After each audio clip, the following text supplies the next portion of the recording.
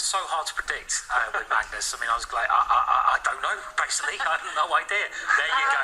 How can you predict that? I mean, you'd have to be Nostradamus Mark II to get that one right. I mean, D3, a really strange move. So he's opened with C3, now D3. E3 next, maybe? E3 is going to be next. He's played B3, C3, D3, E3, F3, G3 on the tour just this season. I remember talking to Vidit when he was playing in the Meltwater Champions Chess Tour before, and how much he respects Magnus Carlsen, how much he's meant to him, being just 4 years younger, trying to, with the whole background of Anand. And then he comes out and he throws D3 at you after you probably prepared quite a lot. What does that do to you? Yeah, it throws you off. And imagine Vidit has spent nearly 1 minute thinking of his reply on move 1. It's definitely psychologically, it's not easy to bounce back, and Vidit, he'll need to just play quickly, just trust his instincts, occupy the center, follow the general opening rules. But when you're playing the world champion, when you know that he's kind of freestyling, when he's kind of just throwing these weird, wacky ideas against you, it is hard. And okay, we've transposed into a Sicilian, and you're happy that's like I'm happy about this because it's a chessable course. Is it? Yes, it is. Brilliant. I love it. So one of yours, Simon. It is. This is a Grand Prix, isn't it? It's kind of a Grand Prix, yeah. This actually came out as a course that myself and Richard Patterson did for Chessable. Richard's a very strong international master, brilliant player, brilliant theoretician. But this was called the British Grand Prix because a lot of British players were playing this particular setup that White goes for, and it's getting out of theory. So it's doing the kind of thing that I think Magnus likes doing. You're not into any real deep theory, and you can get castle, you can swing.